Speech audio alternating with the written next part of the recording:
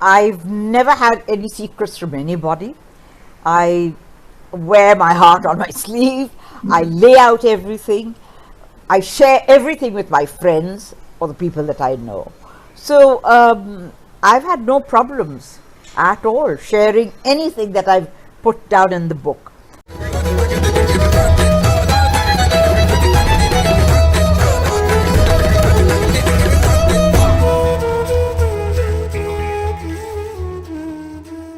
So let me start straight up and ask you, you've said regrets none, and yet you begin the book by asking Quasar, your son, to understand and apologizing to your mum and dad.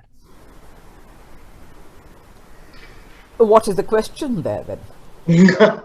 Is there a dichotomy between these two? I've had no problems at all. I've never had any secrets from anybody. I wear my heart on my sleeve. I lay out everything. I share everything with my friends or the people that I know. So I've had no problems at all sharing anything that I've put down in the book.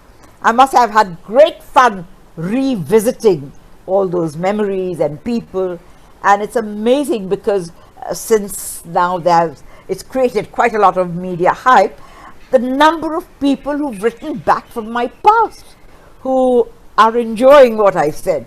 Let me please tell you, there is a fly. Now, when I was in Doordarshan, there used to be a fly bothering me all the time when I was reading the news, and that's exactly what's happened. All these years, I've never had a fly, and today that fly has come back again. No, amazing. But you know what intrigued me is that there you are, and you edited copy, and you're known for crossing your T's and dotting your I's. You're also known for your forthright, frank sort of approach to anything that you do. Why did you decide to have a co-writer? No, because I started writing in 1982, which was one of the points in my life which stirred me on to put down my thoughts, etc. And then for 30 years I didn't touch it.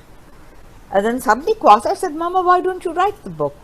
And he said, because I had written it, but I hadn't transcribed the thing onto my desktop or whatever.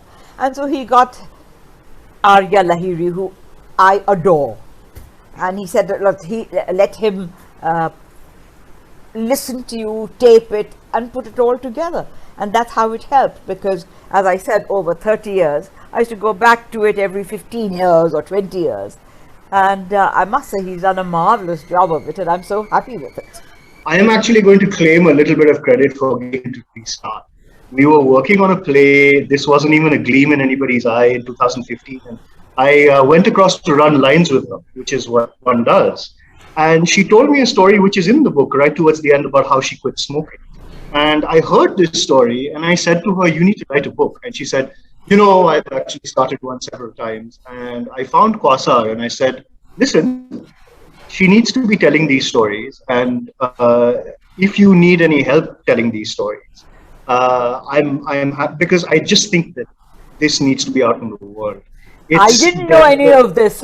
Please let me tell you. The scope and size of her life is just epic. So that's one part. Second part of it, I think there's already plans for a sequel, as it were, about the stories that didn't get it. But it's just, I mean, look, it's her story. Everything we tried to retain as much of it as we could. Obviously, there are things that we decided not to put in, whether they were things that were of only interest to close family members or Dolly herself, or they're things that are perhaps not very interesting for the layperson to read, etc., etc. We just try to give the world a sense of what this woman's life has been, and it's not just her experiences, it's also the fact that she was born on the cusp of independence and has seen the journey that this country has had. She was working in England before an NRI was even a term. She was a broadcaster, a radio host. She created these jobs for herself, and it's just an incredible story. So we went with whatever served that kind of scope of his life. If you've enjoyed the conversation that you just heard, do subscribe to our channel for much more.